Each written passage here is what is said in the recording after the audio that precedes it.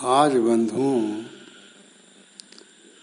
मैं आपको असली परमात्मा कौन है उनके विषय में बताने जा रहा हूँ। अगर मेरी वीडियो शुरू से लास्ट तक अगर सुन लेंगे तो अवश्य ये जान जाएंगे कि सच्चे परमात्मा कौन है। इसलिए बंधुओं, इस वीडियो को आप शुरू से लास्ट तक जरूर सुनिएगा, क्योंकि ये मनुष्य शरीर बड़ी मूल्यवान है। इसलिए मेरी बात पर आप ध्यान दीजिएगा और विचार करके आप ऐसा ही समझ करके कि मैं अपना समय हम बेकार समझ के ही, लेकिन इसमें समय आप दे दीजिए, क्योंकि आप अपने जीवन में न जाने कितना समय आप ऐसे दे देते हैं जहाँ कुछ नहीं मिलता है। इसलिए बंधुओं, हमारी आपसे प्रार्थना है कि आप इस वीडियो को शुरू से लास्ट तक जरूर सुनिए। अगर मेरी इस वीडियो को जरूर से आप सुनेंगे तो अवश्य सच्चे परमात्मा को आप जान जाएंगे। इसलिए बंधुओं, इस वीडियो को शुरू से लास्ट तक जरूर सुनिएगा। जब 1398 में साहेब प्रकट हुए कमल के फूल पर, साहेब सदगुरु कबीर साहब उस समय प्रकट हुए बंधुओं जिस समय हिंदू और मुसलमान आपस में राजा लोग लड़ रहे थे। क्योंकि जो मुस्लिम धर्म है वो नया धर्म चला हुआ था, इसलिए वो अधिक से अधिक हिंदुओं को मुसलमान बनाने में लगे हुए थे। तो इसलिए साहेब उस समय प्रकट हुए कि जिस समय मानव जो है आपस में बहुत ज़्यादा लड़ रहे थे, कट मर रहे थे। इधर हिंदू लोग क्षुद्र पर अत्याचार कर रहे थे और आपस में सभी लोग लड़ रहे थे। उस समय बंधुओं, सदगुरु कबीर साहब हम सबके परमात्मा इस जीवों पर दया करने के लिए, इस झगड़ा को मिटाने के लिए 1398 ईस्वी में बनारस शहर लहरतारा तालाब में कमल के फूल पर प्रकट हुए। इसलिए बंधुओं, साहेब कहे हैं, हिंदू तुरुक के बीच में मेरा नाम कबीर, जीव मुखतावन कारणे अवगति धरे शरीर।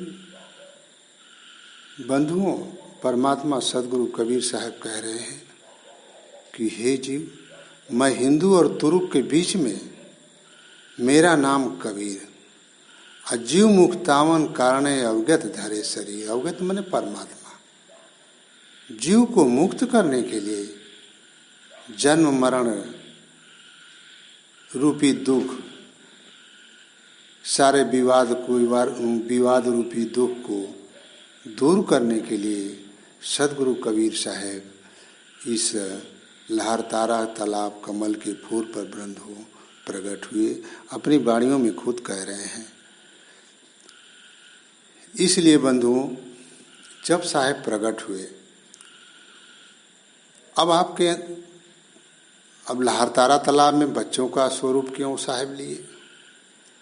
इस सब चीजों पर बंधुओं रहस्य है कि ऐसे क्यों नहीं आकर के चेता दिए,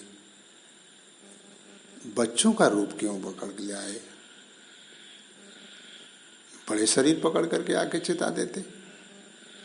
लेकिन बंधुओं, आप विचार करिए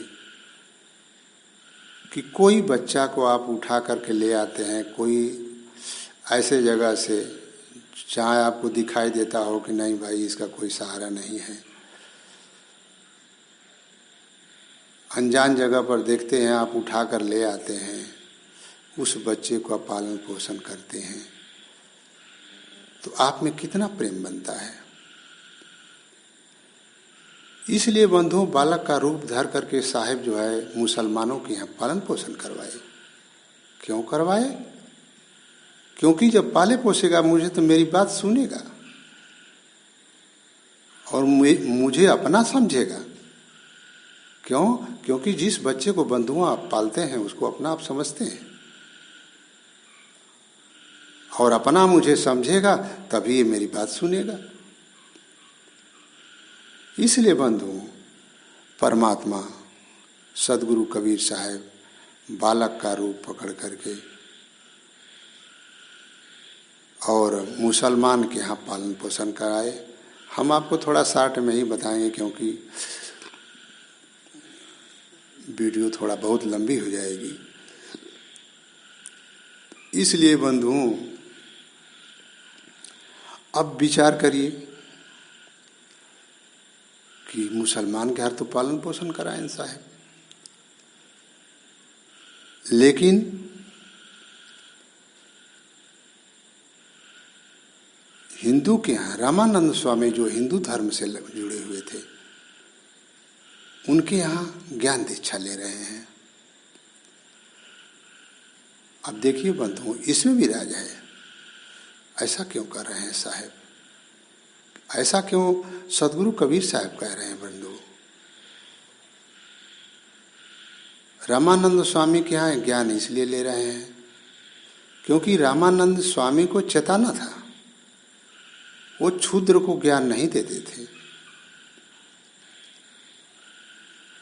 क्योंकि 7 पर्दे से होकर के तो किसी से बोलते थे बंधुओं, और क्षुद्र को ज्ञान देना वर्जित था।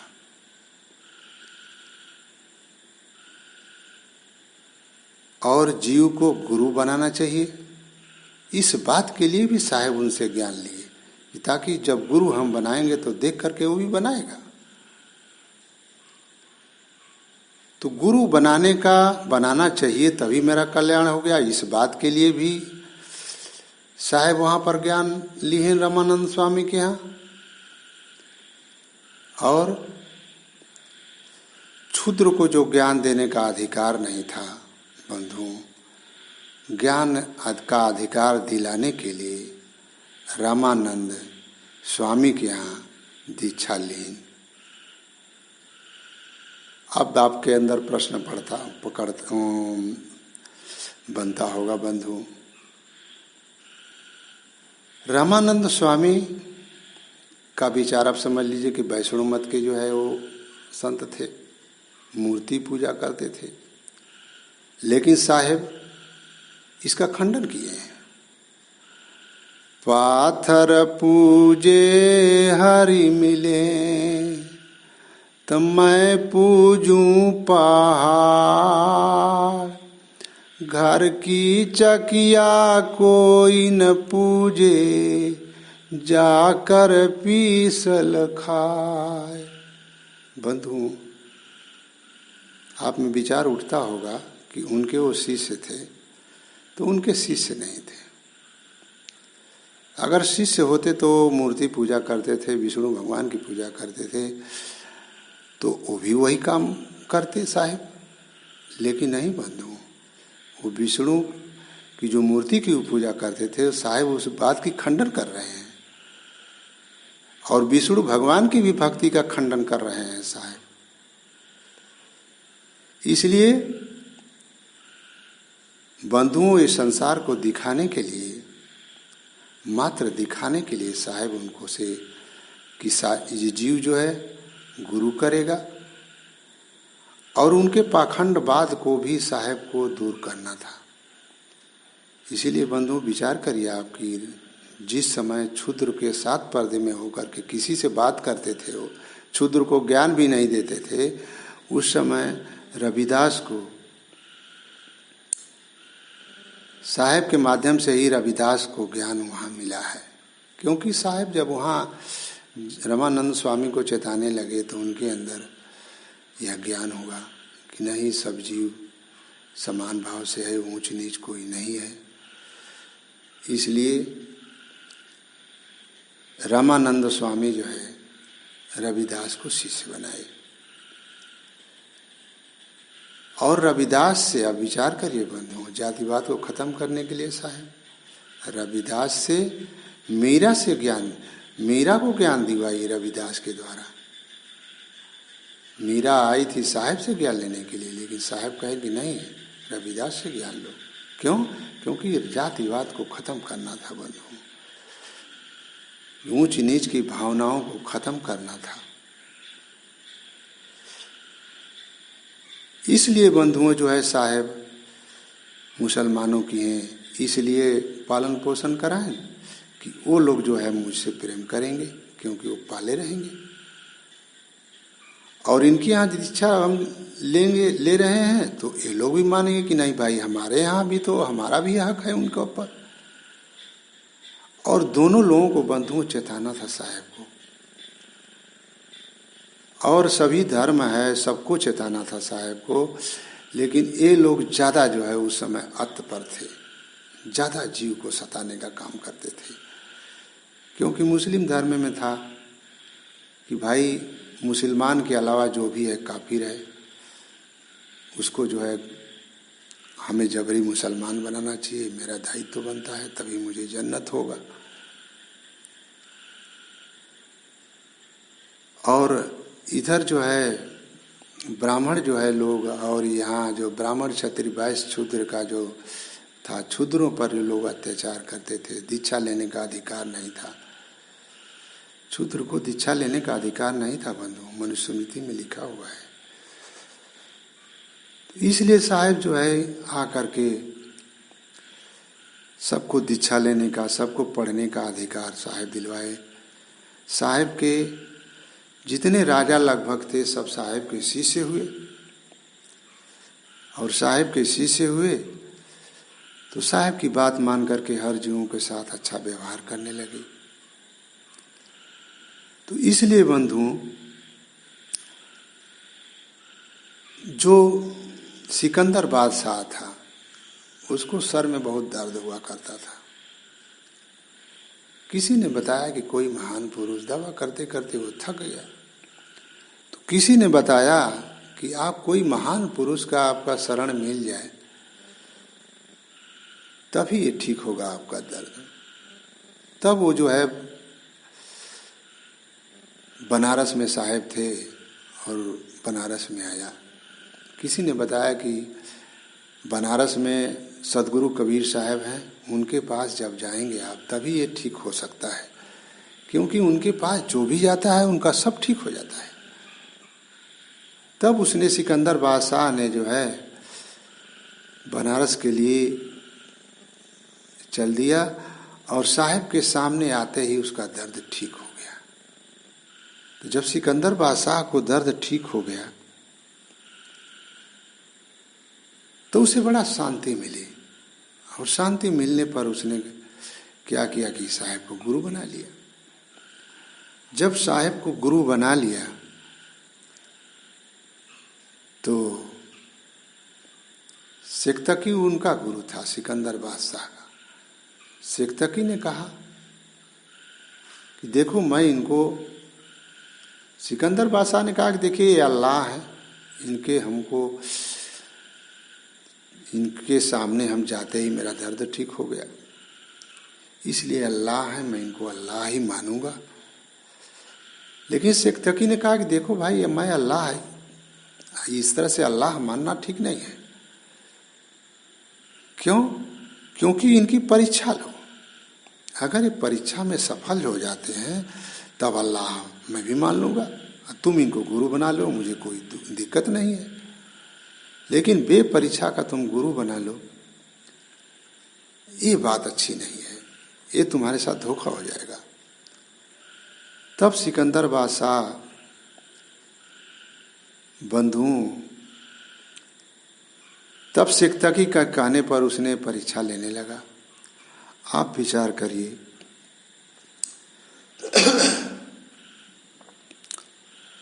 खौलते हुए तेल में डाला, खौल रहा था तेल, साहब को बैठा दिया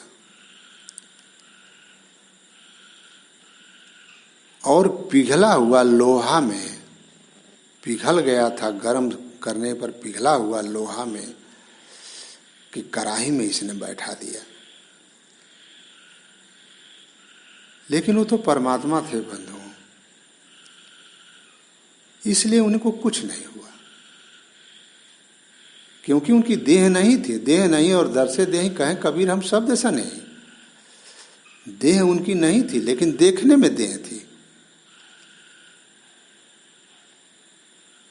इसलिए साहब कह रहे हैं कि मैं शब्द स्वरूप हूं, देखने में देह है लेकिन मैं देह नहीं है मेरी। तो आप में प्रश्न उठता होगा बंधुओं कि फिर देह क्यों पकड़े? देह नहीं थी तो देह दिखाई क्यों दे रही थी? तो बंधुओं, इस बात पर आप विचार करिए कि मेरे सामने अगर कोई सांप बनकर ज्ञान दे तो क्या मुझे विश्वास होगा? क्या मुझे कोई गाय का रूप पकड़ करके अगर मुझे ज्ञान दे तो क्या मुझे विश्वास होगा कि नहीं ये बात कह रहा है वो सत्य हो सकता है? क्या कोई आकाशवाणी करके अगर मुझे ज्ञान दे तो क्या मुझे विश्वास हो सकता है कि ये बात इनकी सत्य है? इसलिए बंधुओं, जिस शरीर को हम पकड़े हैं, इसीलिए साहब कहें का केवल नाम है बब्बा ब्रह्म शरीर, रासव में रमी रहे ताकर नाम कबीर। साहब बता रहे हैं कि हे जी, जो ब्रह्म शरीर जी ने बनाया है, ब्रह्म ने जो शरीर बनाया है, मनुष्य शरीर, इसलिए मैं बनाया हूं कि तुम पर इस पर विश्वास है।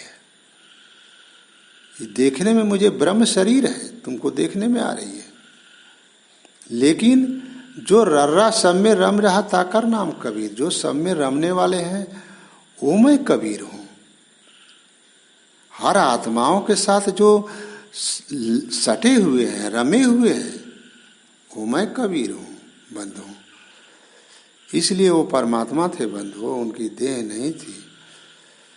देह नहीं और दर से देह कहें कबीर हम शब्द से नहीं। तो इसलिए बंधुओं, दोनों शरीर इसलिए पकड़न कि ताकि हमको देखकर मुझे विश्वास होगा, और मुझे इस शरीर पर विश्वास है कि इसमें जो कोई ज्ञान सुनाता है तो हमें विश्वास होता है। इसलिए बंधुओं, सदगुरु कबीर साहब इस शरीर देखने मात्र की शरीर थी, लेकिन उनकी शरीर नहीं थी। आप विचार करिए कि खौलते हुए लोहा में किसी को डाल दिया जाएगा तो शरीर रहेगी तो बचेगी? बचेगी नहीं बंधुओं, गल जाएगी, खत्म हो जाएगी। सिकंदर सेख्तकी ने जो है उनको बल्लम से मरवाया बंधुओं। अगर उनकी शरीर होती तो बल्लम से शरीर नहीं छूट जाती, उनको तलवार से कटवाया।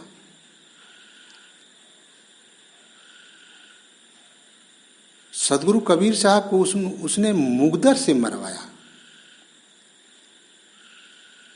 पहले राजाओं का कुआं होता था और उस कुएं में खंभे बल्लम गाड़े रहते थे, और जो कोई गलती करता था उस कुएं में फेंक दिया जाता था और उसमें तड़फड़ा के गोजाया जाता था, सब शरीर में धंस जाता था और उस आधार से उसकी बंधुओं शरीर छूट जाती थी। सिकंदर सेख्तकी ने जो है कुएं में भी फेंकवाया साहिब को। आप बताइए कि अगर उनकी शरीर होती तो वो बचते। और गढ़ा खन करके, खूब गहरा गढ़ा खन करके सदगुरु कबीर साहब को उसमें डाल करके पटवा दिया। अच्छा, जो भी जो कहता था तो साहब कहते थे कि भाई चलो ठीक है, वो कसनी ले लो, क्योंकि वो तो परमात्मा थे तो उनको तो भय नहीं था कि हमको क्या करेगा। इसलिए जो भी कसनी वो बंधुओं अगर कहता था तो साहब कहते कि नहीं भाई ठीक है, तो वो कसनी ले ले। अब आप विचार करिए कि गड्ढा खन करके और साहब को उसमें उसने तुपवा दिया। लेकिन साहब फिर बाहर निकल गए।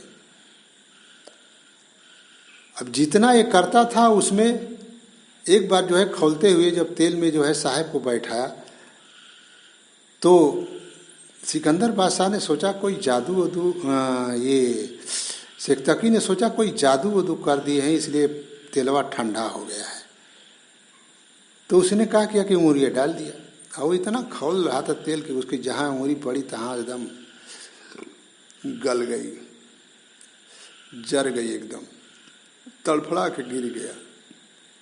साहब से दुहाई मांगने लगा कि हे प्रभु हमें माफ करें। उसका जो है उंगली ठीक हो गया। अब बताइए बंधुओं, पैर बांध करके दरिया में डाल दिया, क्या कि डूब के मर जाए। इतनी कसनियां पेड़ों में चुनवा करके कील ठोंकवा दिया, लोहा से ठोंकवा दिया पेड़ों में, महुआ के पेड़ में, सागवान की पेड़ में, कितने पेड़ों में तो उसने खाली चुनवाया था, उसमें कील ठोंक दिया। आप विचार करिए कि ईसा मसीह को एक बार कील ठोंक दी गई तो एक ही बार में उनका काम खत्म हो गया। अब साहब को कितनी कसनी दी जा रही है, लेकिन साहब को कुछ नहीं हो रहा है। अब आप विचार करिए कि एक आदमी ने इतनी कसनी दिया है, 52 प्रकार की कसनी उसने दिया है। 52 प्रकार से साहब को उसने जो है कसनी लिया है। और उसके बाद बंधुओं उसकी 7 दिन की लड़की कब्र में गड़ी हुई थी। एक ही लड़की थी सेक्तकी की, और 7 दिन में से वो कब्र में गाड़ दी गई थी। इसके लिए वो बड़ी उदास था।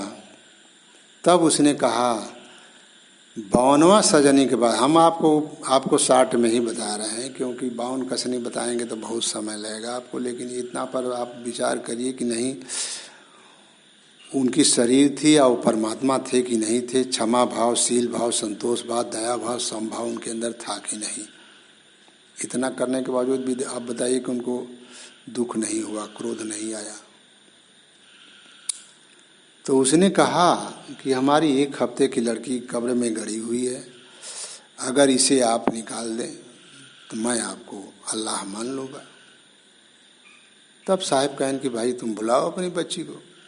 तो उसने बुलाया, लेकिन वो बच्ची प्रगट उस बाहर नहीं निकली। तब कहें साहब कि भाई, तब उसने कहा कि अब तो नहीं निकली, अभी तो नहीं निकली। साहब कहें मेरा नाम लो के बुलाओ। तो जब साहब का नाम लेकर के बुलाए कि हे कबीर की बेटी बाहर निकल जा, तब कब्र फाड़ करके लड़की बाहर हो गई। तब सेक्तकी ने दौड़ करके गले लगाया तो उस लड़की ने कहा कि क्या बताओ, तुम्हारे नाम तुमने मुझे निकाला है? तो कहे कि नहीं, उनके नाम से निकली हो। सदगुरु कबीर साहब के नाम लिए हैं तब तुम निकली हो। तब उसने कहा कि तब तो मैं लड़की उनकी हो गई। इस पर बंधुओं जो है साहब की वो शिष्य बन गई, सेक्तकी की लड़की, जिसका नाम कमाली पड़ा, और सेक्तकी भी साहब का शिष्य बना। अब आप सोच लीजिए कि 52 सजा देने के बाद साहब का शिष्य बना हो। इतनी सजा मैं आपको तो 8-10 सजा बताया हूँ। अब बताइए कि एक एक सजा में लोग दुनिया से चले गए। कृष्ण भगवान को तरुआ में तीर लग गई, उनका काम खत्म हो गया। अब आप विचार करिए कि एक आदमी ने इतनी सजा दिया है उस परमात्मा को। लेकिन वो तो परमात्मा थे तो उनको कुछ नहीं हुआ। और समाज पूरे विश्व में साहब हर जगह ज्ञान दे रहे हैं, हर जीव को चेता रहे हैं, जो कि कितनी कठोर कठोर शब्द बोल रहे हैं। साहब कह रहे हैं कि दिन भर रोजा रहत है, रात हनत है गाय, यह खून यह बंदगी, क्यों कर खुशी खुदाय। परमात्मा कह रहे हैं कि हे जीव, दिन भर तो तुमने रोजा रहा और रात को तुम गाय को हनते हो, काट देते हो। यहाँ तुम खून कर रहे हो और वहाँ परमात्मा से बंदगी करते हो, परमात्मा से झुकते हो। वो परमात्मा तेरी बात कैसे सुनेगा? इसलिए बंधु, मुसलमानों को साहेब डांटे और हिंदुओं में भी को भी ब्राह्मणों को डांटे। साहेब इनको भी डांटे हैं कि संतो पाड़े निपुण कसाई, संतो पाड़े निपुण कसाई, संतो पाड़े निपुण कसाई, बकरा मारी भैंसा को धावे, दिल में दर्द न आई। तो बंधुओं, आप विचार करिए कि ब्राह्मण लोगों को भी साहेब जो है डांट रहे हैं कि हे पाड़े, बकरा का तुमने तो कत्ल कर ही दिया और भैंसा को भी मारने के लिए जा रहे हो। तुम बताओ कि कसाई हो कि क्या हो? क्योंकि बंधुओं, परमात्मा के जीव सभी हैं। आप में प्रश्न उठता होगा, देखिए परमात्मा के 5 लक्षण हैं बंधु। परमात्मा के एक गुण धर्म जिनके अंदर यह दिखाई देता हो वही परमात्मा है। जिनके यह लक्षण दिखाई न देता हो, 5 लक्षण, वो परमात्मा नहीं है बंधु। कौन सा लक्षण? क्षमा भाव।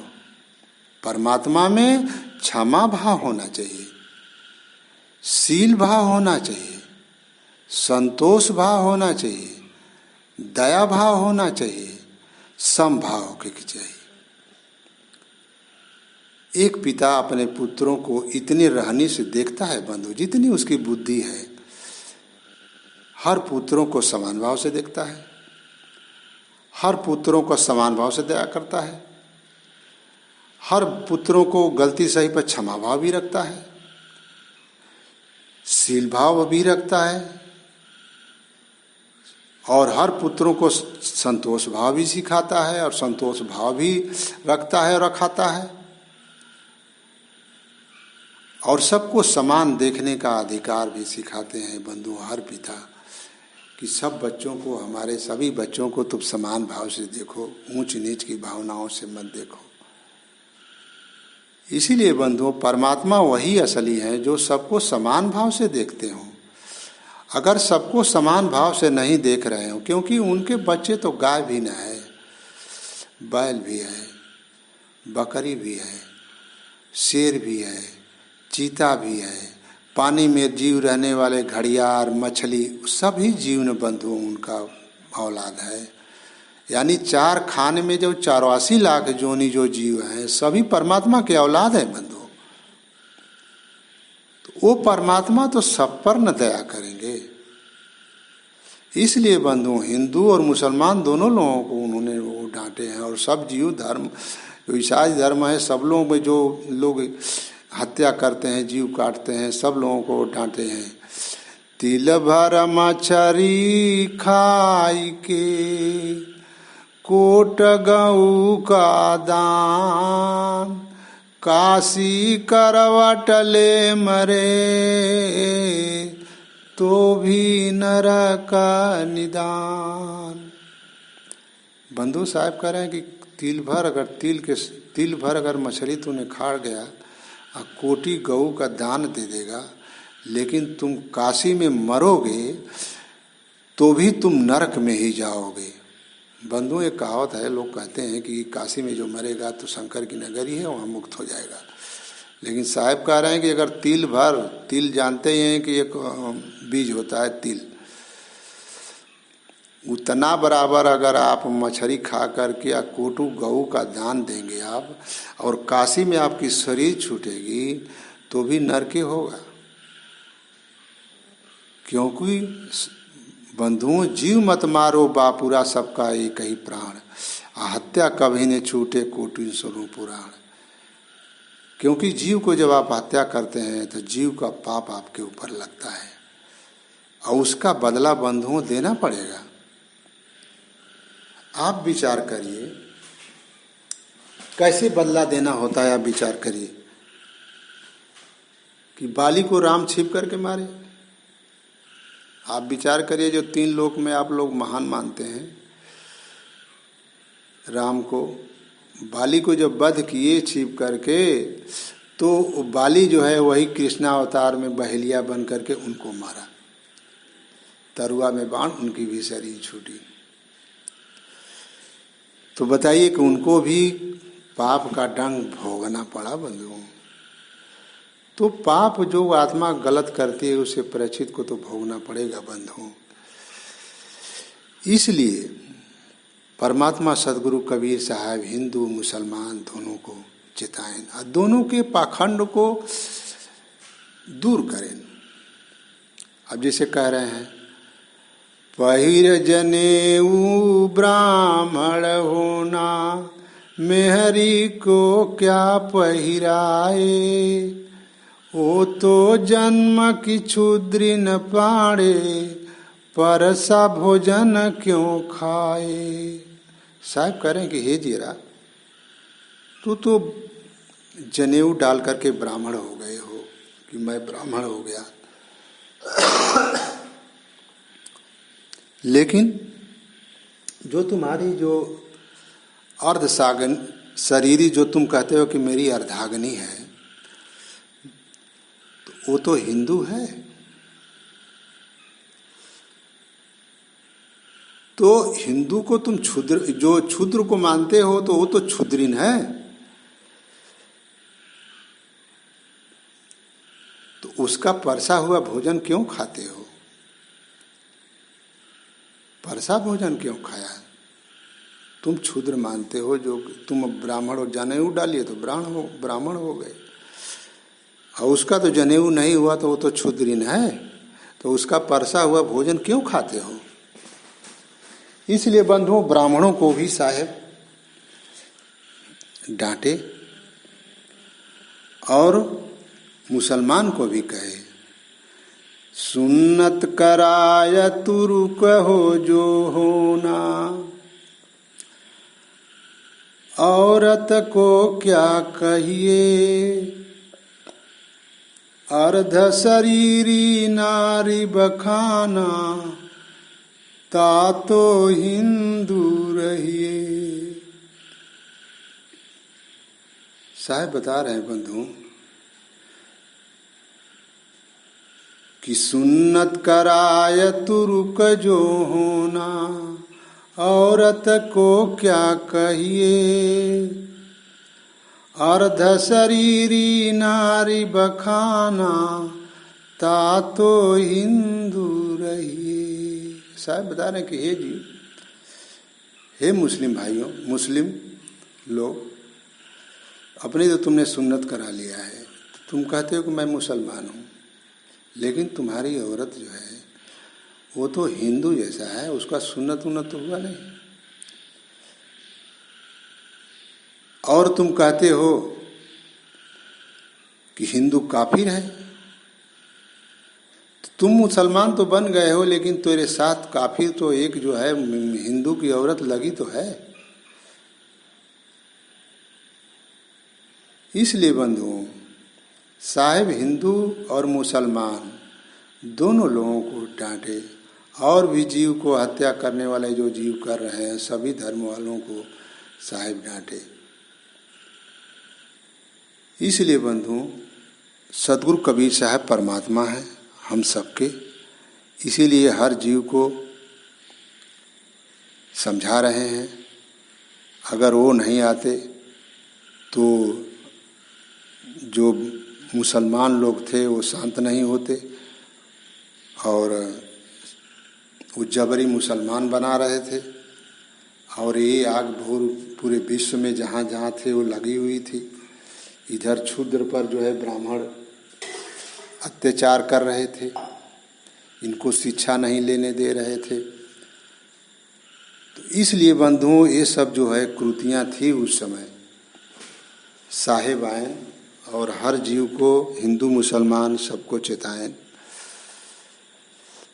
और सही रास्ते बुलाएं, जिक्र वजह से आज आपको सुख शांति मिल रही है धराधाम पर।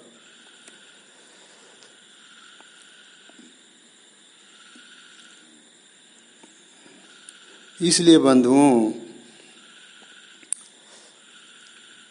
सदगुरु कबीर साहब परमात्मा है और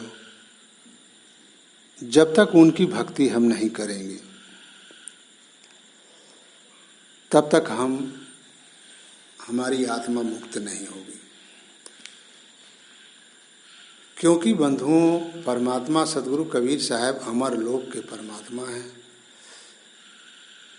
और उस अमर लोक, अब आपको थोड़ा हम यहाँ पर आगे से लेंगे कि वो कहाँ से आए। आप में प्रश्न उठता होगा कि वो आए कहाँ से, सदगुरु कबीर साहब कहाँ रहते हैं। तो बंधुओं, सदगुरु कबीर साहब का जो देश है वो अमर लोक देश है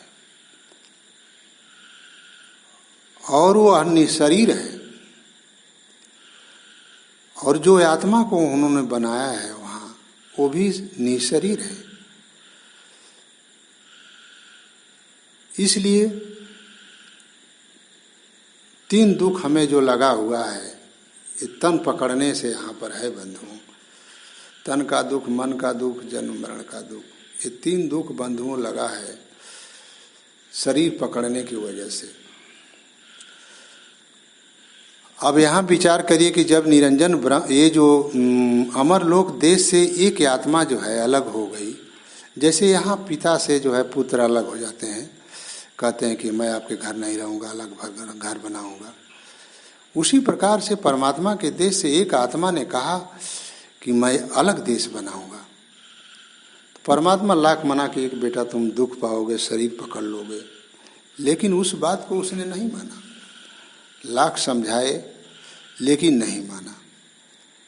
और वहाँ परमात्मा के देश से जब अलग हुआ तो परमात्मा का भोजन पानी उसे मिलना बंद हो गया।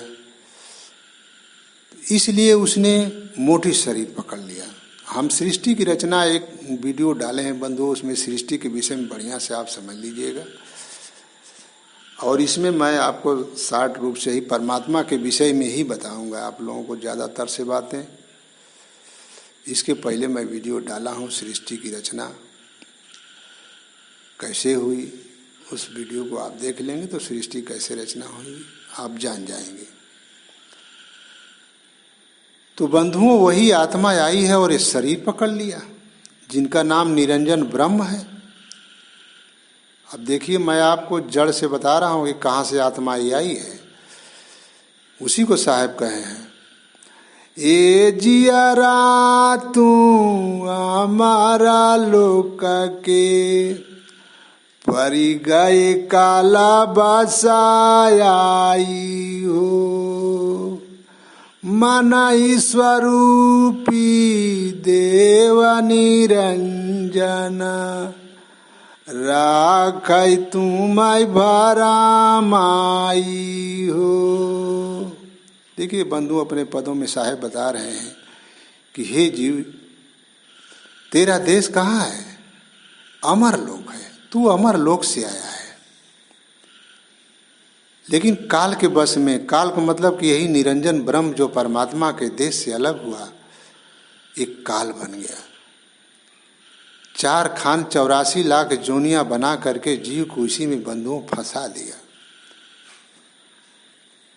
और परमात्मा को खुद भूल गया है और आत्मा अपने स्वरूप को भी भूल गया है। देखिए साहब एक पद में बोल रहे हैं कि संतो ऐसी भूल जग माही, जाते जीव मिथ्या में जाई।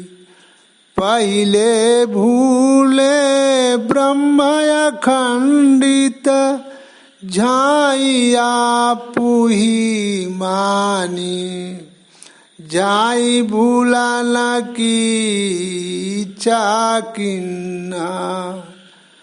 अब बंधु बहुत बड़ा पद है, आप लोगों को मैं शार्ट रूप में ही, क्योंकि परमात्मा के विषय में ही बताना है हमको, तो इसलिए बंधुओं भूल बस, भूल का मतलब कि आत्मा को परमात्मा लाख समझाए, लेकिन वो समझ नहीं पाया कि मैं जो बनाऊंगा सृष्टि वो जड़वत बना लूँगा, 5 तत्व की शरीर बना लूँगा, यही उसमें भूल हो गई, वो समझ नहीं पाया।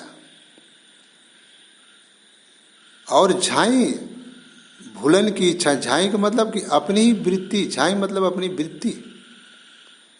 जैसे नहीं होता है कि आपका पुत्र अपने विचार को पकड़ करके कहता है कि मैं आपके घर नहीं रहूँगा, अलग घर बनाऊँगा, तो उस पुत्र का क्या है, अपनी झाई में वो भूल गया, अपने विचार में भूल गया अपने पिता को, कि मैं पिता से अलग रहूँगा तो अच्छा घर बनाऊँगा और अब उसका मालिक मैं रहूँगा। इसलिए बंधुओं वही ब्रह्म जो है परमात्मा की बात नहीं माना, और उसके मन में जो बात उठी कि मैं अलग देश बनाऊंगा, उसका मैं मालिक होऊंगा, और परमात्मा जब मेरे पिता ऐसे बनाए हैं तो मैं भी तो वैसे ही बनाऊंगा, ये बात उसने अपने मन में सोच लिया। और उसी कारण बंधुओं वो जो है शरीर पकड़ लिया। अब आप विचार करिए यहीं पर, मैं आपको महीन बात समझाने जा रहा हूँ कि जब आप विचार करिए कि मुझे दुख किस बात का है, क्योंकि मैं शरीर पकड़ा हूँ। मुझे किस बात का दुख है बंधुओं, क्योंकि मैं शरीर पकड़ा हूँ। और ब्रह्म भी शरीर पकड़ा, जिनको मुसलमान लोग अल्लाह कहते हैं, ईसाई धर्म के लोग परमेश्वर कहते हैं, और हिंदू धर्म में कोई निरंजन कहता है, कोई अलख निरंजन कहता है, कोई ब्रह्म कहता है, कोई निर्विकल्प ब्रह्म कहता है, कोई परात्पर ब्रह्म कहता है। उसके सब परिवाची नाम है बंधुओं। जब वो खुद शरीर पकड़ा है और शरीर पकड़ने की वजह से उसकी जो है इच्छा से जो नारी पैदा हुई, आद्या अष्टांगिनी जिनको कहते हैं, वो भी शरीर पकड़ा, और उससे ब्रह्मा विष्णु महेश जो हुए वो भी शरीर पकड़े। तब बंधुओं के बताइए, और उनसे जो भी आज हम लोग जो वंशज उन्हीं के हैं, जितने सृष्टि में 4 खाने 84 लाख जोनियाँ जो बनी हुई है, इस निरंजन ब्रह्म के, इस अल्लाह के, इस परमेश्वर के सब वो पुत्र हैं। तो कहने का मतलब कि जब खुद वो शरीर पकड़े हैं और सब ब्रह्मा विष्णु महेश हनुमान दुर्गा सब शरीर पकड़े हैं, और मुझे शरीर से ही दुख है बंधुओं। विचार करिएगा, यहाँ पर शरीर में हमें बुखार होता है, शरीर में मुझे शुगर होता है, सारी बीमारियां शरीर में होती है, लेकिन आज मेरी आत्मा को दुख होता है। ये तन का दुख है। मन का दुख क्या है? क्योंकि ये आत्मा इतनी मोटी हो गई कि एक दूसरे की बात नहीं समझ पाती।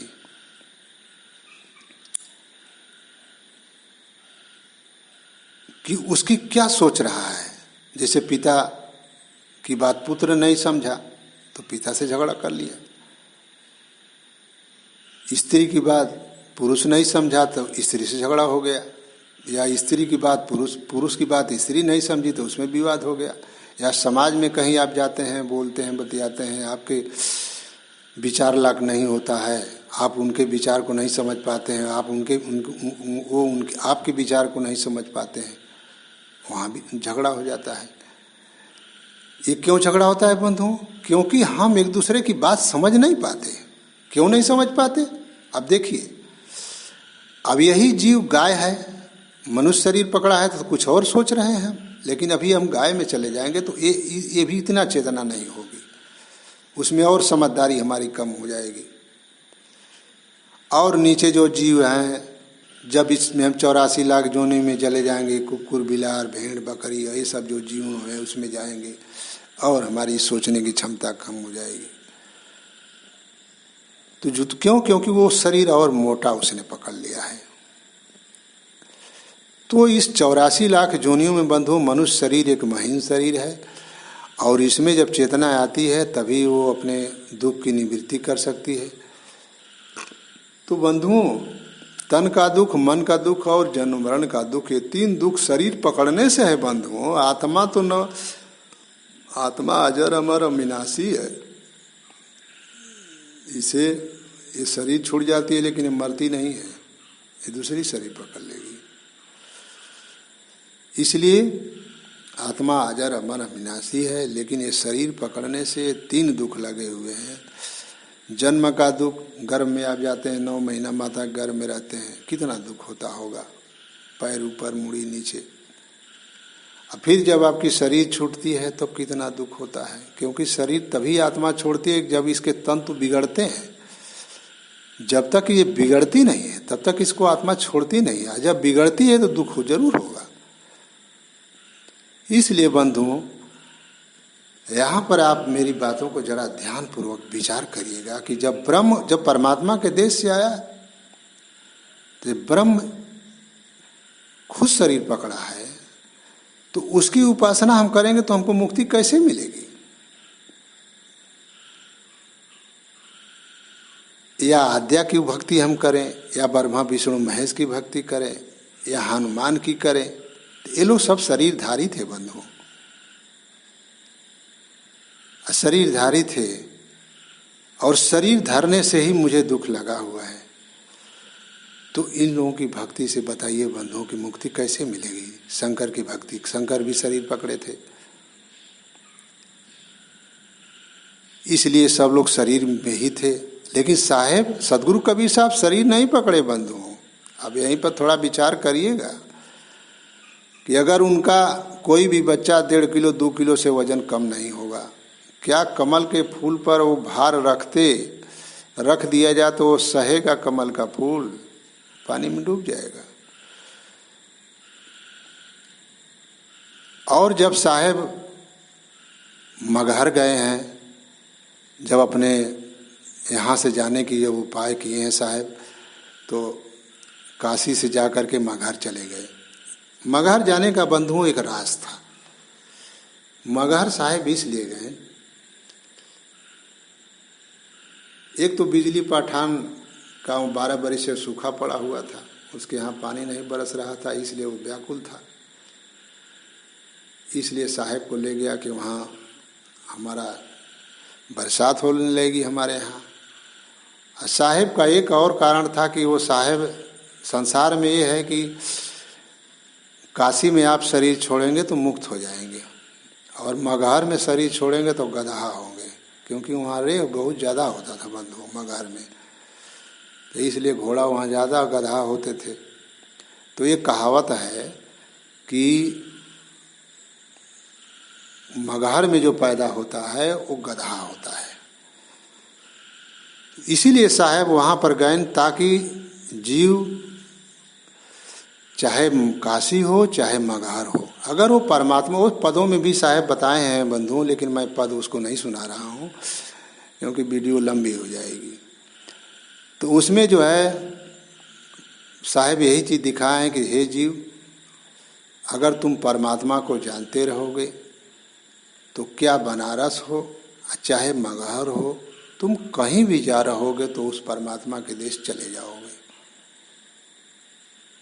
इसलिए बंधु अब वहाँ पर साहेब देखिए आए हैं, तो अब इसको हम विस्तार से आपको नहीं बताएंगे। वहाँ पर जब साहेब आए हैं, जब अमर लोक प्रभु चले गए तो आवाज़ हुई, तब जोन बाटे वीर सिंह बघेल बनारस के राजा थे और बिजली खान पठान गोरखपुर के राजा थे। और गोरखपुर के जो राजा बिल्ली खान पठान थे वही चादर साहब को बैठने के लिए और फूल की व्यवस्था किए थे बंधुओं। और जब साहब चले गए, जब तो आवाज़ गूंजी, तब समझ गए लोग कि साहब चले गए। तब दोनों लोग युद्ध करने के लिए तैयार हो गए कि मैं लाश लूँगा, उसने कहा कि मैं लाश लूँगा। तो इसलिए बंधुओं दोनों पक्ष आमने सामने युद्ध करने के लिए तैयार हो गई। तब साहेब जो है आकाशवाणी किए कि हे जीव, तुम पहले जाकर के कमरे में देखो और तुम लोग आपस में मत लड़ो। तब बंधुओं जा करके एक दरवाज़ा खोल करके देखे तो वहीं पर कुछ नहीं था, सिर्फ जो चादर बिछाया गया था वो था, जो फूल था वो था। तो बंधुओं हिंदू जो है, जो साहेब को मानने वाले कबीर पंथ के लोग थे, वो अपना फूल उल लिए और समाधि बनाए। और जो मुसलमान लोग थे, वो जो साहेब को मानते थे, वो लोग चादर लिए और कुछ फूल लेकर के वो भी अपना जो है मजार बनाए। और बंधुओं 500 बीघा जो है बिजली खान पठान ने दोनों समाधि के नाम से भी दिए 500 बीघा और 500 बीघा मजार के नाम से। इसलिए बंधु आज दोनों हिंदू और मुस्लिम दोनों लोग उनकी पूजा करते हैं और अपने धर्म के अनुसार। इसलिए बंधुओं वो परमात्मा थे। तो यहाँ बात विचार करने के लिए है कि क्योंकि वो शरीर उनकी नहीं थी। अगर शरीर होती तो शरीर मिलती न बंधुओं। अगर शरीर होती तो खौलते हुए लोहा में जब सेकतकी ने डाल दिया तो वो शरीर बचती बंधुओं? नहीं बचती। और कढ़ाई में रख करके नीचे से आग ही लगाया सेकतकी ने। अब बताइए कि अगर शरीर होती तो बचती? नहीं बचती बंधुओं। मड़ई में जो है उसने जो है बांध करके मड़ई में जो है मड़ई में आग लगा दिया। आप बताइए कि शरीर होती तो बचती? यहाँ तो कृष्ण भगवान को तरुआ में तीर लग गया तो चले गए। ईसा मसीह को खाली कील ठोंक दिया गया तो वो भी चले गए। राम जो है जमुना में कूद कर पानी में डूब के मर गए। तो बंधुओं विचार करिए कि इतना करने के बावजूद भी जिस समय, अब आप सोच लीजिए कि हिंदू मुसलमानों को डांट रहे हैं, जिस समय राजतंत्र था, एक शब्द बोल दीजिए तो राजा जो है फांसी के तख्ते पर चढ़ा देगा। उस समय हिंदुओं को भी साहेब डांटे, मुसलमानों को भी डांटे। तो बताइए बंधुओं क्या वो लोग सजा नहीं दिए होंगे? सजा दिए बंधुओं, लेकिन वो परमात्मा थे तो उनको कोई दिखते नहीं हुआ। अब आप सोच लिए कि एक आदमी ने 52 तरीके का सजा दिया है तो और लोग नहीं दिए, लेकिन मैं आपको कितना बताऊं, उसमें बहुत सजा है बहुत। लेकिन हम जो है आपको अब वीडियो बहुत लंबी हो जाएगी, तो इसलिए वो परमात्मा है और हर जीव को वही सुख शांति प्रदान कर रहे हैं। और सतयुग में उनका सतसुकृत नाम था, सतसुकृत नाम से सतयुग में आकर के चेताए। त्रेता में मुनिंद स्वामी, द्वापर में करुणामय, कलयुग में सदगुरु कबीर साहब। अब विचार करिए बंधुओं कि 1398 में साहब प्रकट हुए, 1518 में गए हैं। और उसके बाद साहब जो है धर्मदास साहब को मिलन ज्ञान दीन, मदन साहब को ज्ञान दिलन, गरीब साहब को ज्ञान दिए, बाद में आग प्रकट हो करके। तो बंधुओं उसके बाद 13-14 बार साहब प्रकट होकर के ज्ञान जीवों को दिए हैं। कब? 1518 के बाद, जाने के बाद साहब यहाँ पर आकर के जीव को चिताए हैं। गाजीपुर में जो है शिव नारायण साहब, बलिया में सदाफल देव महाराज। इस तरह से बंधुओं संतों को जो भी जिज्ञासु जीव होता है, तन के दुख से दुखित होता है, तो उसको अमर लोक परमात्मा आकर चिता करके ले जाते हैं। हम लोग का देश बंधुओं अमर लोक है। अमर लोक के परमात्मा सदगुरु कबीर साहब हैं बंधुओं। जब तक हम उनकी भक्ति नहीं करेंगे और उनको परमात्मा मान करके हम पूजा अर्चना नहीं करेंगे, उनकी साधन भजन नहीं करेंगे, तब तक वो देश नहीं जाएंगे। क्यों? क्योंकि जो शरीर पकड़े हैं निरंजन ब्रह्म और उनसे जो आद्या ब्रह्मा विष्णु महेश, जो लोग भी सब शरीरे पकड़ा है और शरीर से मुझे दुख है, तो शरीर के धारी जीव को हम भक्ति करेंगे तो हमें मुक्ति मिलेगी। क्योंकि शरीर से मुझे दुख है और शरीरे इनका यहाँ पकड़ है। जो मालिक है हम लोग का वो भी शरीर पकड़ा है। मालिक मतलब निरंजन ब्रह्म, इस 84 लाख योनियों को बनाने वाले, 4 खार बनाने वाले निरंजन ब्रह्म है बंधुओं। उस मालिक की मैं बात कर रहा हूँ। तो वो मुझे इस संसार के दुख से कैसे पार करेंगे बंधुओं? इसलिए बंधुओं, जितने भी आपको वेद में, कुरान में, अब आप विचार करिए कि परमात्मा के सभी जब जीव औलाद हैं तो किसी को काटने के लिए, किसी को खाने के लिए कहेंगे। अग्नि पोषियो पशु माल भेद। इस तरह से हिंदू धर्म के ग्रंथों में बात लिखी हुई है कि यज्ञ के लिए ही पशु आलाभन किए गए हैं। वेद विहिंसा, हिंसा अहिंसा में उत्तम।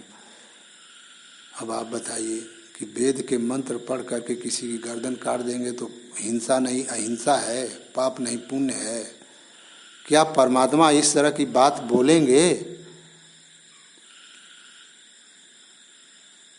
इसलिए बंधुओं, मैं आप लोगों को ऐसी बात नहीं दुख देने के लिए बता रहा हूं बंधुओं, हम आपको अपना एक विचार दे रहा हूं। इसलिए मेरे विचार को सुन करके आप लोग दुखित मत होइएगा। जैसे एक दुकानदार होता है, बहुत सामान रखा रहता है, आटा, गेहूं, चावल, सारा सामान गृहस्थी का रखा रहता है। लेकिन आप उस दुकान पर जाते हैं तो जो आपको पसंद आता है वो ले लेते हैं, और जो पसंद नहीं आता है, जो आपको ज़रूरत नहीं है, उसके लिए आप ये नहीं कहते हैं कि इस दुकानदार ने ये सामान क्यों रखे हो। क्योंकि आपको वो चीज़ नहीं चाहिए लेकिन दूसरे को चाहिए। तो इसलिए इस बात को कह देना कि नहीं जो है ये गलत, हाँ ठीक है, आपके लिए अच्छा नहीं लग रहा है आप मत लीजिए, लेकिन जिनको अच्छा लगेगा वो लेंगे। इसलिए बंधु, हम इस बात को इसलिए कह रहे हैं, आपको दुख देने के लिए नहीं कह रहा हूँ, न तो किसी की निंदा कर रहा हूँ। सोना को सोना कहना निंदा नहीं है बंधु, हीरा को हीरा कहना निंदा नहीं है, हीरा को लोहा कहना निंदा है,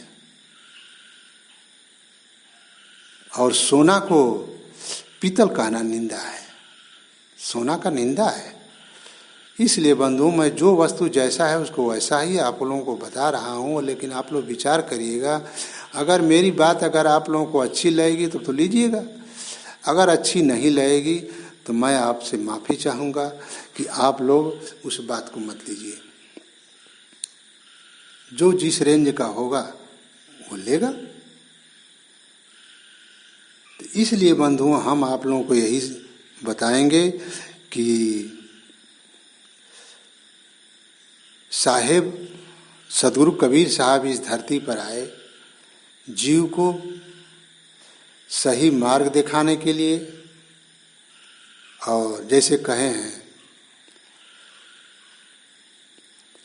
मानुष तेरा गुण बड़ा, मानुष तेरा गुण बड़ा, हाड़ न आवे काम। नहीं बंधु, मास न आवे काम, हाड़ न होते आवरण, त्वचा न बाजन बाज। हे मनुष्य, बंधु साहब बता रहे हैं कि हे जीव, तेरा गुण बड़ा है, तू गुणवान है, तू विचारवान है, लेकिन तेरा न हाड़ काम आता है, न चाम काम आता है, न मांस काम आती है। लेकिन तेरा गाय का बैल का तेरे तो काम आ जाता है, लेकिन तेरा काम नहीं आता। इसलिए तेरा गुण बड़ा है। और गुण तब बड़ा है बंधुओं, जब हंस की तरह आप परख करेंगे, विचार करेंगे। जैसे हंस मोती चुंगता है, विचार करता है कि असली मेरा भोजन कौन है। और कौवा जिस पर जाओ उस पर चोट मारता है। इसलिए बंधुओं, विचार करके हमें असली परमात्मा को पकड़ करके जब तक भजन हम नहीं करेंगे तब तक उस अमर लोक परमात्मा के पास नहीं जाएंगे। और तन का दुख, मन का दुख जो लगा हुआ है ये कभी नहीं जा सकता। इसलिए बंधुओं, सदगुरु कबीर साहब हम सबके परमात्मा हैं और उनका जो देश है अमर लोक है। अमर लोक से हमेशा आकर के जीव को जताते हैं और जो जीव उनकी बात मान लेता है उस देश को चला जाता है और जन्म मरण उसका खत्म हो जाता है। और जो जीव विचार नहीं कर रहा है तो यही 84 लाख योनियों में भ्रमण कर रहा है और दुख पा रहा है। एक बात बंधुओं हम ये जरूर कहना चाहेंगे कि जैसे पीएचडी कॉलेज होता है तो पीएचडी की बात हर जीव को नहीं समझ में आएगी। कक्षा 5 वाले को पीएचडी पढ़ाएंगे मास्टर साहब तो नहीं समझ में आएगी क्या कह रहे हैं, कक्षा 1 वाले को नहीं समझ में आएगी। तो ऐसा नहीं है कि पीएचडी कॉलेज नहीं होता है। तो कोई जीव का संस्कार अभी नीचे का है तो वो मेरी बात नहीं समझेगा क्योंकि उसका क्लास नीचे है।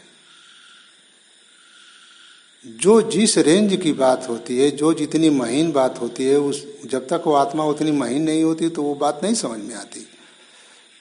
इसलिए आप देखते ही हैं कि कुछ आत्माएं ऐसे होती हैं जो पढ़ करके अपना IAS PCS बन जाती हैं। कोई आत्मा ऐसी है कि स्कूलवे को ढकेलते रहिए, स्कूलवे नहीं जाती है। स्कूलवा गईबो किया तो प्राइमरी वाला क्लास करत का तो छोड़ ही देता है। क्यों छोड़ देता है? पूर्व जन्म का उसका संस्कार नहीं है बंधुओं। तो पूर्व जन्म का संस्कार नहीं है तो नहीं ना समझ में उसको आता है, तो उसका भी कोई दोष नहीं है क्योंकि उसको समझे नहीं आ रहा है। धीरे धीरे जीव बंधुओं वहाँ तक परमात्मा के सही परमात्मा को खोजता है। धीरे धीरे जीव पहुँचता है वहाँ, एक बैग नहीं पहुँचेगा। मैं भी ये सब नीचे की भक्तियाँ किए हुए हैं। ऐसा नहीं कि मैं डायरेक्ट आ जा करके आप लोगों को इस तरह की बात बता रहे हैं।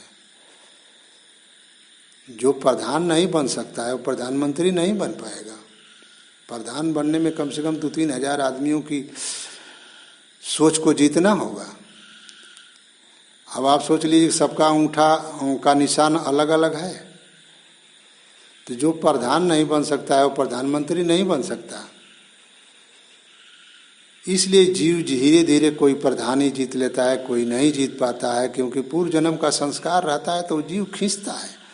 कोई जिला पंचायत हो जाता है, कोई विधायक हो जाता है, कोई लड़ते लड़ते मर जाता है लेकिन वो विधायक नहीं बन पाता। क्यों? क्योंकि उसका संस्कार नहीं है। तो बंधुओं, हमारी बात उन्हीं को समझ में आएगी जो पूर्व जन्म का भक्ति भाव बढ़िया से किए होंगे, उनका क्लास ऊपर का होगा, वही मेरी बात समझेंगे।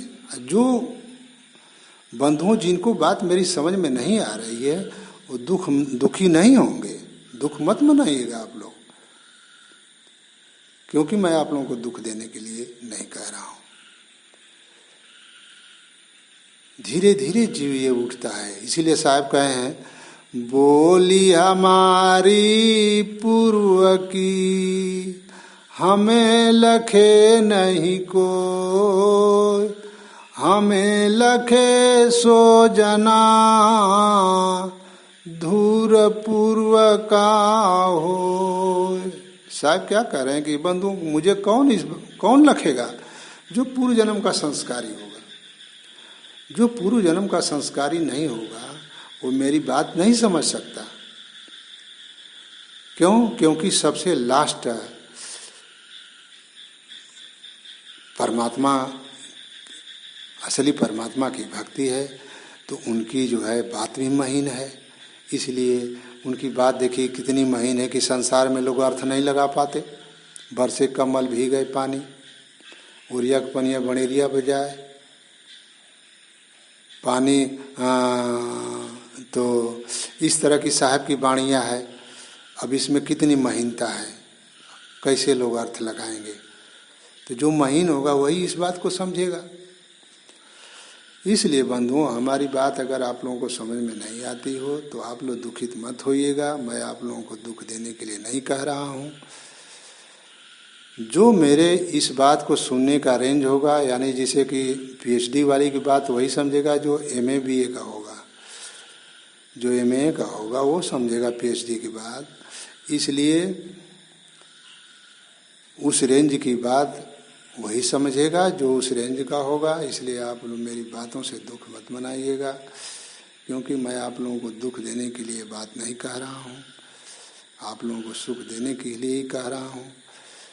लेकिन बंधुओं, आज न तो आपको, कल आप धीरे धीरे वहाँ आएंगे तभी आपका कल्याण होगा, अन्यथा कल्याण नहीं होने वाला है। क्योंकि ये तन का दुख सब संसार में सबको लगा है। निरंजन ब्रह्म भी आप विचार करिए कि 4पन आपका होता है, लड़कपन, जवानी, ढलानी, बुढ़ापा, लेकिन ब्रह्म का भी होता है सतयुग, त्रेता, द्वापर, कलयुग। 4थापन लग गया है तो इनकी भी शरीर छूटती है और मेरी भी छूटती है। तो इसलिए बंधुओं, तन का दुख इन्हें भी लगा हुआ है और तन का दुख मुझे भी लगा हुआ है। इसलिए इस दुख से हम ही भी दुखित हैं, ये भी दुखित हैं। लेकिन भाई, उनकी आत्मा विराट है, क्योंकि वो परमात्मा से अलग हुए तो पहली आत्मा है, तो भाई वो विराट है। इसलिए वो विराट शरीर पकड़े हुए हैं। अब उनकी शरीर मैं बता रहा हूँ बंधु, विचार करिए कि उनकी शरीर कौन है। जो चांद, सूरज, तारा, ग्रह, धरती, ये जो आपको दिख रहा है उनकी शरीर है। अब आप सोचिए कितनी बड़ी शरीर है कि हम लोग पूरे शरीर को देख नहीं पाते हैं, कितनी लंबी शरीर है। अब ये खाए पिए सतयुग से ये पड़े हुए हैं। हम लोग तो भोजन भी कर रहे हैं, लेकिन 60, 65, 70 कोई उम्र के अनुसार हम लोग की शरीर छूट जाती है। लेकिन ये सतयुग से अभी शरीर नहीं छोड़े हैं, लेकिन अब 4थापन लग गया है, इनकी भी शरीर छूटेगी। तो आत्मा जितनी विराट होती है उसमें उतना दिन क्षमता होता है रहने के लिए। उसी निरंजन ब्रह्म के, उसी ब्रह्म के शरीर में हम लोग हैं। ये धरती जो है उनके अंग है, शरीर है, उसी शरीर में हम लोग हैं। इसलिए बंधुओं, सदगुरु कबीर साहब ही परमात्मा है और कोई परमात्मा नहीं है। अब आप विचार करिए कि इस पूरे विश्व में कितनी भाषा है, सबकी भाषाओं में चेताना। साहेब 7 द्वीप पर सब जगह चेताए हैं और सबकी भाषा में चेताए हैं। अब आप सोच लीजिए कि कोई जीव होगा तो उस बात को जानेगा कि टमाटर जौन बाटे उत्तर प्रदेश में कहल जला, तो अमेरिका में ओके का कहल जला, रूस में का कहल जला टमाटर के। माने एक मैं उदाहरण दे रहा हूँ आपको, क्योंकि उन्हीं की बात में तो उनको समझाना होगा। अब परमात्मा सर्वव्यापक है, हर जगह है, इसलिए हर जीव की बात सुन रहे हैं कि ये इस बात को क्या कह रहा है, इसका क्या नाम ले रहा है। ये भोजन को फूट कह रहा है तो ये भोजन कह रहा है। ये सबकी बात को साहेब जान रहे हैं, परमात्मा जान रहे हैं बंधुओं। इसलिए परमात्मा सदगुरु कबीर साहब जहाँ भी गए उनकी भाषा में समझाए उनको। इसलिए साहब की बात हर जगह आपको मिलेगी और सारे विश्व के लोग सदगुरु कबीर साहब का जो आश्रम कबीर चौरा है वहाँ लोग आते हैं। और आज उन्हीं का देन है बंधुओं कि झगड़ा विवाद कम हो गया और सुख शांति हम सबको मिल रही है। इसलिए हम सब लोगों को मिलजुल करके उस परमात्मा के विचार को पकड़ना चाहिए।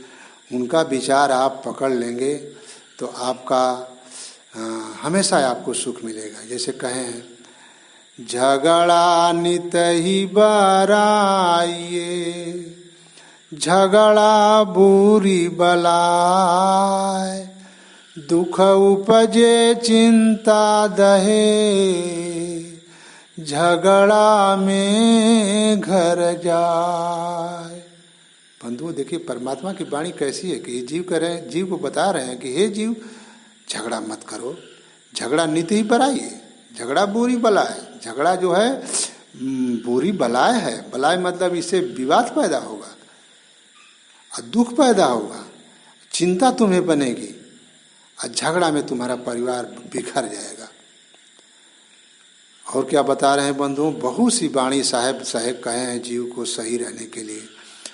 जो तोह का कांटा बोवे वा कहो बोवतु फूल, फूल बोवे वही फूल है वा का त्रिशूल। साहब कह रहे हैं कि हे जीव जो तुमको कांटा बोता है उसको तुम फूल बो, क्योंकि तुम फूल बोओगे अपनी खेती में तो तुम्हारा फूलवे न होगा। जो तुम बोते हो वही तुम काटते हो। अगर फूल बो रहे हो तो तुम फूल ही काटोगे, और वो कांटा बो रहा है तो उसको त्रिशूल हो जाएगा। इसलिए अगर तुम्हारे लिए कोई कांटा बो रहा है तो उसके लिए तुम फूल बो। अगर उसके लिए तुम फूल बोओगे तो तुम हमको फूल ही मिलेगा। तो परमात्मा जो है दयालु हैं, सब जीवों को पर दया कर रहे हैं, सबको समझा रहे हैं कि मिलजुल करके रहो, झगड़ा मत करो। इसलिए बंधुओं सदगुरु कबीर साहब आज नहीं आए होते तो सारा मानव कट मर जाता और क्षुद्रों को ज्ञान नहीं मिलता। ब्राह्मण लोग भी साहब की बात को माने कि सब लोगों को ज्ञान मिलने लगा और सब लोग अपनी शिक्षा प्रदान शिक्षा ले रहे हैं और भक्ति भजन भी कर रहे हैं। नहीं तो क्षुद्र को भक्ति करने का भी अधिकार नहीं था बंधु। सिर्फ भक्ति करने का अधिकार ब्राह्मण क्षत्रिय वैश्य को था, क्षुद्र को अधिकार नहीं था भक्ति करने का। न तो शिक्षा का अधिकार था। सारा चीज जो है साहब के ज्ञान से ही जीव धीरे धीरे सुधरने लगा। इसलिए बंधुओं हमारी बातों को अगर आप लोगों को दुख पहुंचा होगा तो मैं आपसे क्षमा याचना और माफ़ी मांगूंगा कि मेरे बातों से आप दुख मुक्त होइए, क्योंकि मैं आपको दुख देने के लिए बात नहीं कह रहा हूँ, आपको सुख देने के लिए बात कह रहा हूँ। लेकिन यही है कि मैं आपको अगर समझ में नहीं आ रहा है तो आप दुखित मत होइए। मैं आपको ये बात नहीं बता रहा हूँ। जिनको ये बात समझ में आ रही है मैं उनको ये बात बता रहा हूँ। जिनको समझ में बात मेरी नहीं आ रही है मैं उनको नहीं बता रहा हूँ। मैं उनको बता रहा हूँ कि जिनको मेरी बात समझ में आ रही है बंधु। इसलिए जिनको समझ में नहीं आ रही है मैं उनको नहीं कुछ कह रहा हूँ और मुझे इस बात को सुन करके दुखित न होएं और हमेशा खुश रहें। साहेब बंदगी।